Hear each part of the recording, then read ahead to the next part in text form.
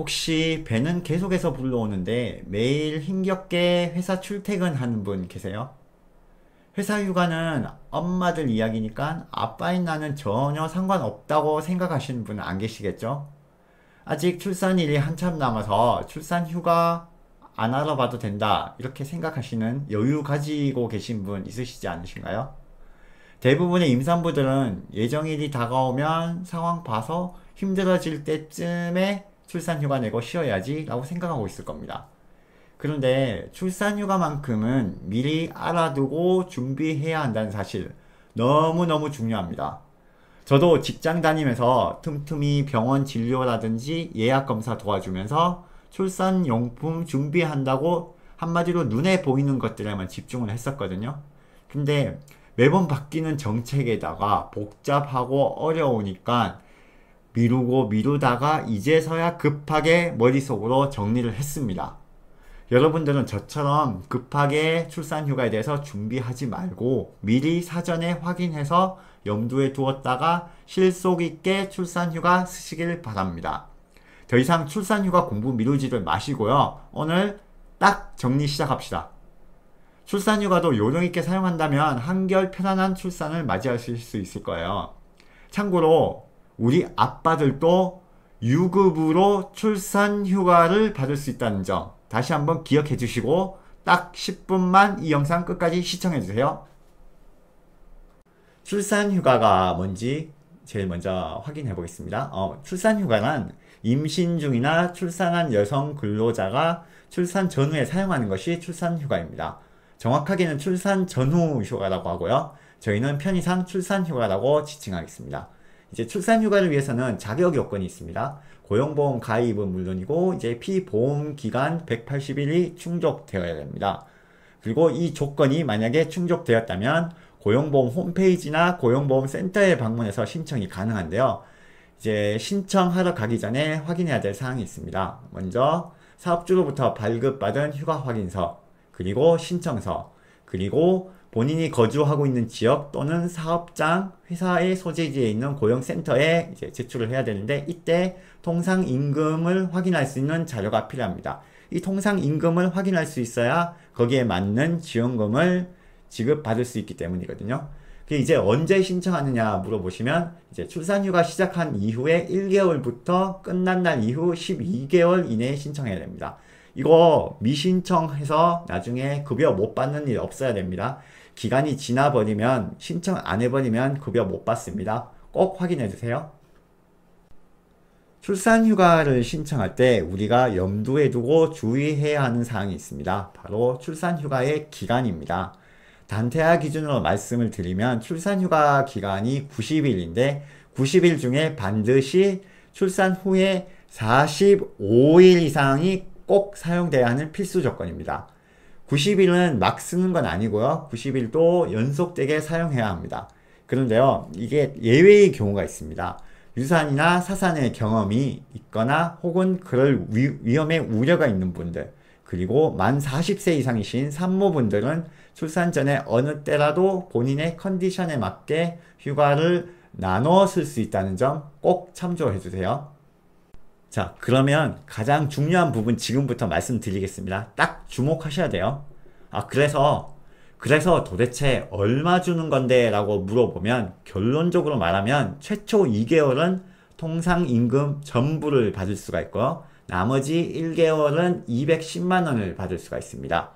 최초 60일의 경우에는 유급휴가로 인정되기 때문에 통상임금 금액에서 국가보조금 210만원을 제외한 나머지 부분을 사업주에서 지급하게 되어 있습니다. 그래서 첫째 달, 둘째 달은 이렇게 월급 전액을 받을 수 있는데 세 번째 달에는 사업주가 급여를 지급할 의무가 없습니다. 그래서 국가지원금 최대 상한액 210만원이죠. 세 번째 마지막 달에는 210만원만 받을 수 있습니다.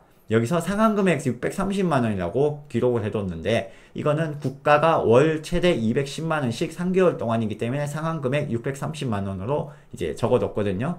이게 630만원이 저희가 받을 수 있는 금액의 한계치가 아닙니다. 국가로부터 받을 수 있는 한계치를 얘기하는 거니까 참고해 주시고요. 그리고 가끔씩 기간 근로자분들이나 파견 근로자분들 출산휴가 도중에 계약 만료가 된다면 어떻게 해야 되냐라고 이렇게 질문을 주시는데, 이 같은 경우에는 근로계약 종료일에서부터 휴가 종료일까지 차이 기간에 대해서 사업주가 근로자에게 지급을 하게 되어 있습니다. 근데 이거는 경우의 수가 워낙 많다 보니까 개인적인 이런 상황이나 환경을 고용노동부에 연락해봐서 이제 확인하는 게 가장 정확할 것입니다. 마지막으로 우리 아빠들을 위한 배우자 출산휴가 말씀드리겠습니다. 아내와 아기를 위해 사용하는 총 10일의 유급휴가이고요. 엄마보다 많이 짧지만 10일 동안 그래도 옆에서 서포트할 수 있으면 분명히 의미 있는 시간이 될 겁니다. 그리고 신청 자격은 엄마들의 출산휴가와 동일합니다. 신청 방법도 동일하고요. 이제 출산날로부터 90일 이내에 청구해야 한다는 점 꼭 주의해야 되는데요. 이거 청구 안 하면 돈 못 받습니다. 기간 지나서 해도 떼서서 절대 돈 받을 수 없습니다. 반드시 기간 안에 신청해 주셔야 되고요. 그리고 분할도 가능한데 이 분할할 때도 n번째 휴가죠. 그러니까 한 번 쉬고 두 번째 쉬는 이 n번째 휴가도 출산날로부터 90일 이내에 시작해야 된다는 점 꼭 참고 부탁드리겠습니다. 급여는 이제 10일 중 5일은 정부가 지원 가능하고요. 상한액이 약 40만원 정도 되죠. 나머지 차입금은 사업주에서 지급하게 되어 있습니다. 그리고 나머지 5일은 회사에서 지급하는 것이 배우자 출산휴가입니다. 지금까지 출산휴가에 대한 기본 정보에 대해 말씀드렸습니다. 앞으로는 부가적인 정보에 대해 말씀을 드릴 예정인데요. 특히 배우자 출산휴가 꿀팁 3가지 말씀드리겠습니다. 제가 수많은 카페와 블로그를 찾아서 정보를 모았었고요. 그 정보들이 진짜인지 가짜인지 확인하기 위해서 고용노동부에 수차례 문의해보면서 얻은 결과 꿀팁 3가지입니다. 먼저 신청 시기인데요. 이제 출산휴가라고 하면 출산 후에 사용할 수 있을 거라고 생각을 했는데 그게 아니었습니다. 저희가 사용할 수 있는 10일간 중에 출산 예정일이 포함된다면 출산 예정일 기준으로 앞과 뒤 언제든지 사용할 수가 있었습니다. 이거는 스케줄을 자유롭게 사용할 수 있는 큰 장점이 있기 때문에 꼭 참조 부탁드리겠습니다.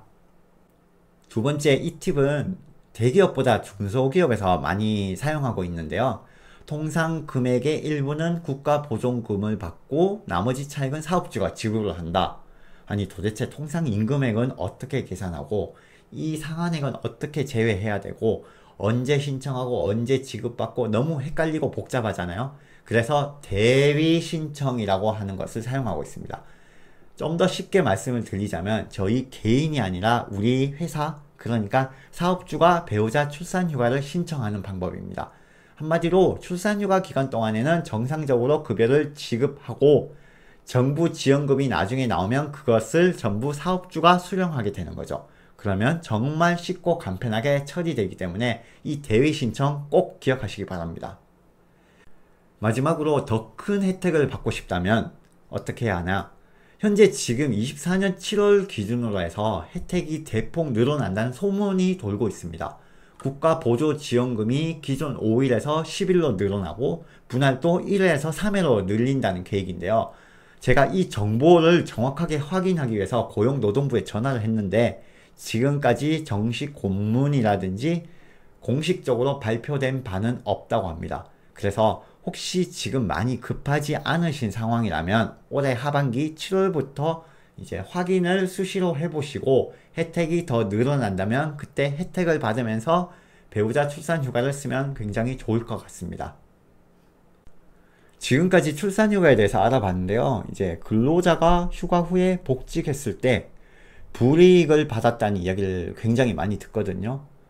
출산을 장려한다고 해서 국가 정책을 이용했더니 복직을 하면은 불이익을 받는다. 어떻게 보면 사업주 입장에서는 불이익을 주기 싫어도 줄 수밖에 없는 그런 상황이 있을 수도 있고 이제 나 혼자만 사는 그런 사회가 아니다 보니까 여러 가지 이해관계를 통해서 어쩔 수 없이 그렇게 될 수도 있을 것이고 그렇게 느낄 수밖에 없는 사실. 참 진짜 안타까운 현실인데요.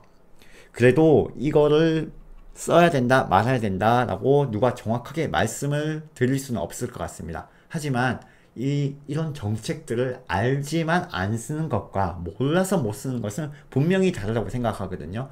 제 스스로가 이제 본인들 스스로가 선택하고 판단해서 결정을 할 수 있고 거기에 대한 결론에 대한 결과에 대한 책임을 본인이 진다면은 조금 더 후회 없는 선택을 생활을 할 수 있지 않을까 라고 생각합니다.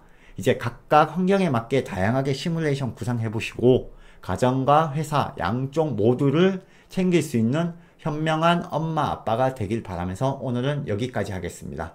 감사합니다.